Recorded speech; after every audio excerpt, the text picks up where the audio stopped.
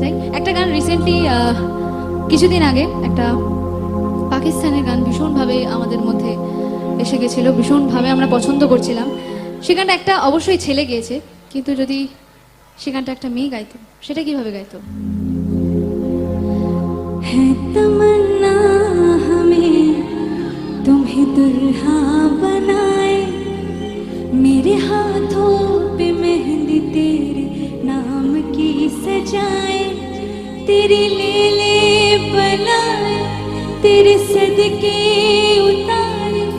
है तमन्ना हमें तुम्हें अपना बनाए, नहीं मुश्किल बाबा जरा देखो यहाँ, तेरी आंखों में बसता है मेरा जहां।